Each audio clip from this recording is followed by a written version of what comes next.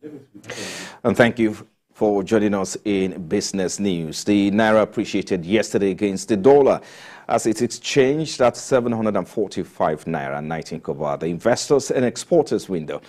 The local currency gained by 1.38% compared to the 755 Naira 27 kobo it exchanged for the dollar on September 29. A spot exchange rate of 819 Naira 90 kobo to the dollar was the highest rate recorded within the day's trading before it settled at 745 Naira 19 kobo. The Naira sold for as low as 700 Naira to the dollar within the day's trading.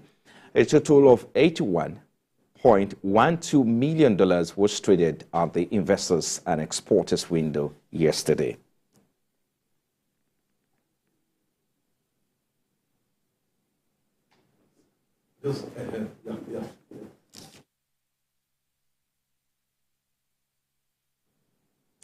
And now the Debt Management Office, DMO, is offering for subscription Ijara Sukuk valued at 150 billion naira. DMO in a statement said the Sukuk is issued by the federal government of Nigeria Road Sukuk Company PLC on behalf of the federal government. The bonds are being offered at 1,000 naira per unit, subject to a minimum subscription of 10,000 naira and in multiples of 1,000 naira thereafter. The Debt Management Office said proceeds from the bond will be issued and solely used for the construction and rehabilitation of key road projects and bridges across the 6 geopolitical zones of the country, while stating that the Ijara Sukuk was backed by the full faith and credit of the federal government. And away from there now, the House of Representatives has resolved to investigate alleged malpractice by Sterling Oil Exploration Company in its operations in Akwa Ibom. The resolution is sequel to the reception of a petition by Social Justice and Civil Rights Awareness Initiative, whose petition accused the oil company of unwholesome activities aimed at undermining laws made for the efficient running of the Nigerian petroleum industry. The petition, which was laid on the floor of the House by Representative David Umaro of PDP Kaduna, alleged that the company was engaged in contract splitting, breach of local content law, and contract racketeering, among others. In his ruling, the Deputy Speaker of the House, Honorable Benjamin Kalu, referred to the petition to the House Committee on Public Petition for further legislative action. And now the Nigerian Customs Service has pledged commitment to better serve and service delivery by way of improved trade facilitation amongst other areas. It made this known against the backdrop of exceeding its 307 billion naira monthly target. Our correspondent Lara Folanya reports. The customs plays a critical role in the country's non-oil revenue generation efforts.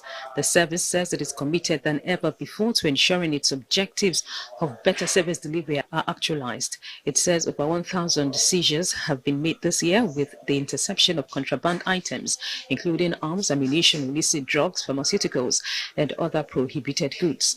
It is also working towards putting in place strategies aimed at further fighting illegal activities and driving enforcement. Integrity, excellent service, and innovative solutions that propel the Nigerian Customs Service forward. These values guide our every action, ensuring that we not only meet the needs of our great nation today, but also anticipate and prepare for the challenges and opportunities of tomorrow. In a rapidly changing world, it is crucial that we maintain a forward-thinking and progressive perspective.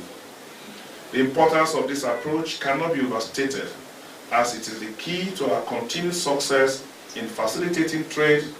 The customs says it saw an average monthly collection of 202 billion naira in the first half of this year.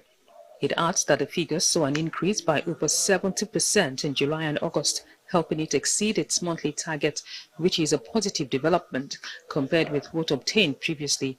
It's important to recognize that the adoption of our policy trust came at a juncture where traditional approaches were showing signs of limitation. Key performance indicators for the service were revealing gaps that demanded immediate attention. Revenue collection fell short of the monthly target of 307 billion naira during the first half of the year. Traders face unnecessary delays resulting from multiple layers of checks and enforcement, increasing the cost of doing business and impeding the flow of goods at our ports. The customs maintains its commitment to exceeding existing revenue collection figures despite shortfalls seen earlier this year. Lara Folayo, TVC News, Abuja. And outside Nigeria now, South Africa Department of Mineral Resources and Energy says the prices of petrol, diesel and liquid petroleum gas will increase with effect from today due to local and international factors. The department said South Africa import crude oil and finished products at a price set at the international level, including importation and shipping costs. He says the country's petrol, diesel and illuminating paraffin will see different price increases. This will make it the fourth consecutive month for the country's fuel prices to increase. The department said it believes the exploration and development of national oil and gas reserves could help moderate the impact of high prices in the long term.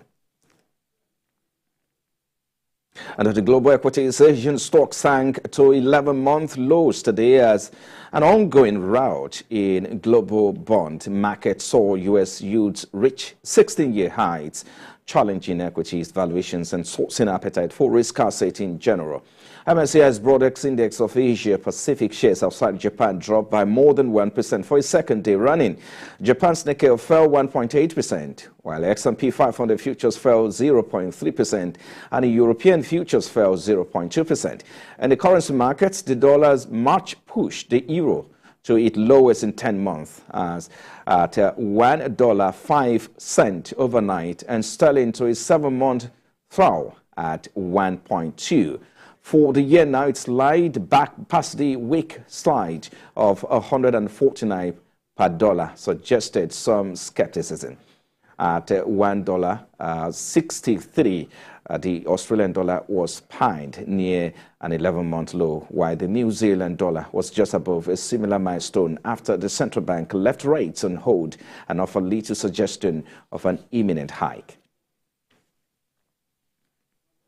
And in the meantime, the World Bank says India's economy is projected to grow at 6.3% in the current financial year.